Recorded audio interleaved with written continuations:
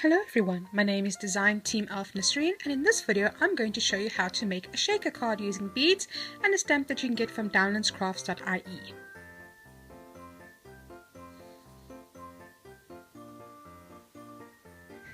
So this is the set that I'm going to be using, and I'm going to be using the I'm Dreaming of a White Christmas, and that will be my focal theme for this card. So here I'm using the smallish card base, and I'm going to be working directly onto the front of the card. So I'm just securing my card down in my stamping press, and I'm going to be stamping down. I did this technique in the last card, and I'll be using Distress Oxide ink, and I'll be embossing it with the clear kind of shimmery embossing powder. I did show you how to emboss in my previous video, so I'm just going to speed through this real quick and show you how I'm going to make this my main focal piece. So in this video I'm going to be using beads as my shakers. Now you can put anything inside your shaker card, but I wanted to show you because downlandcrafts.ie has a wonderful selection of beads that are very handy and can be used in lots of different projects. I just decided to use these tiny crystal ones in mine.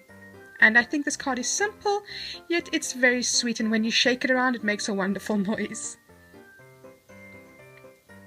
So now I'm going to show you how I'm going to make the back of the card, well, the front of the card, but the back of the shaker, using some Distress Oxide ink, although you can use any regular ink, and a very fluffy brush. You can use a makeup brush if you have an old one that you don't use and it's clean.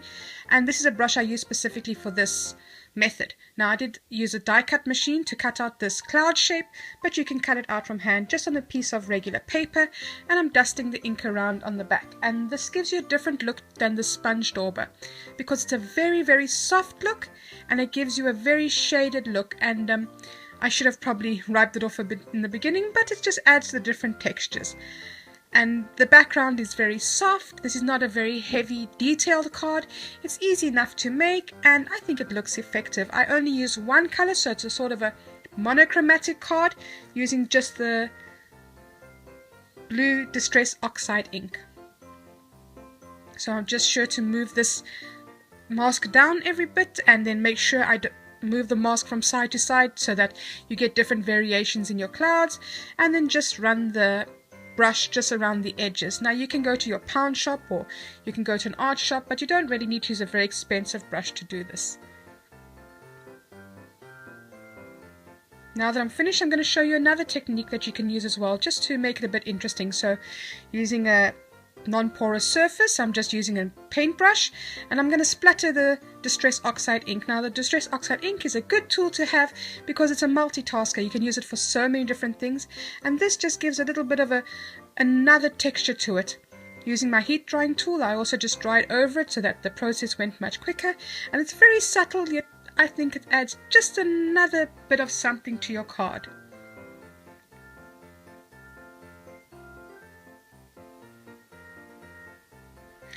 Now, please don't panic. I've done this before. I'm just going to snip this tiny little snowflake off my stamp. I have cut up stamps before, and it's not the end of the world.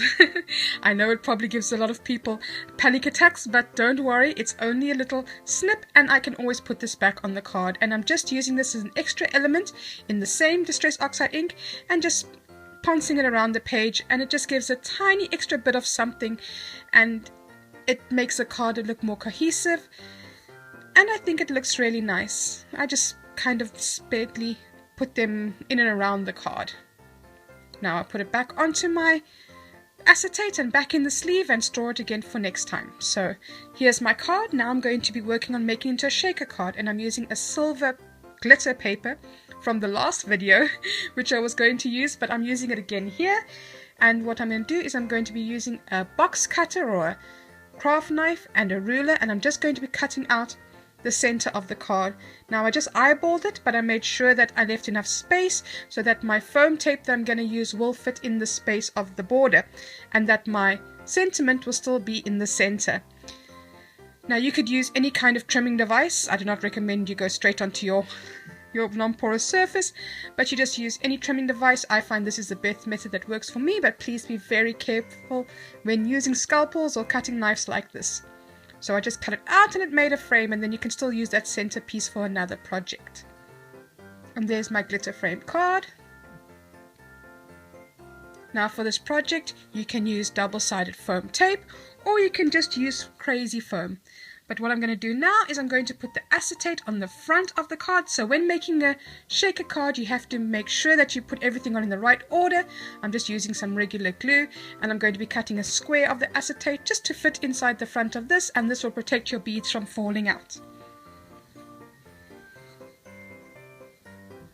So I'm just putting my little window in place, and you can use packaging from old products, or acetate actually you can get from the downlandscrafts.ie website. They do sell packets of acetate, so you can get everything you need for this card right there at that site.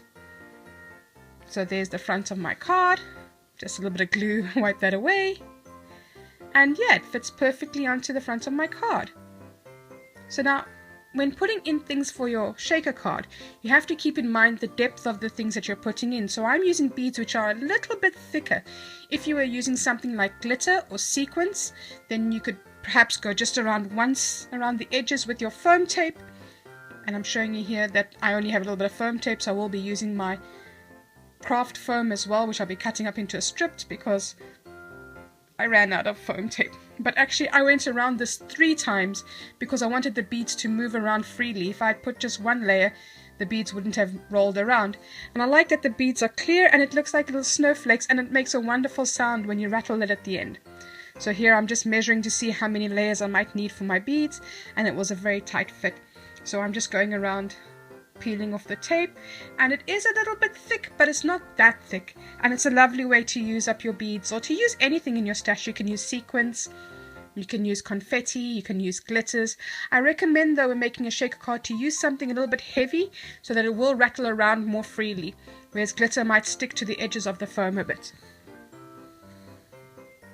So here I'm just pulling off my edges, and I will be making a 3rd layer. I did run out of double-sided foam tape, so I just cut a strip up of the craft foam and I glued it down using my all-purpose glue. And that's a cheap way to use up things that you can find locally. Yeah, there you can see I'm just cutting out a strip and adding that to my shaker card. This is a fun card, especially to give to kids or someone special, because it really is very interactive. So now I'm just peeling everything off and emptying my beads into the middle. I recommend doing it this way and then adding the card base onto it so that your insides or whatever your filler just don't spill out all over the place like mine just did there. And be very careful because double-sided foam is very, very sticky. So when you stick it down once, you have a very little bit of space in between to pull it off in case you made a mistake. And you will see here I made a bit of a mistake, but I was lucky I didn't press it down too hard, so I was able to kind of, you see I went off base there and I was lucky enough I didn't press it down too hard, so I went down for a 2nd time.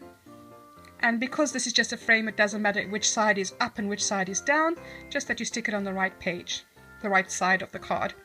So I made sure I got a firm stick, and there you go. It's a very simple card, but I think it's something pretty. And last week I did a very colorful green and red, and this week I did a very subtle monochromatic card. And yeah, there's my shaker card. And listen to those beads, isn't it fun? So thank you so much for watching. Everything today that you will see in this video you can get from downlandscrafts.ie. All the links to our socials will be in the description below. Thank you so much for watching, and I'll see you in the next video.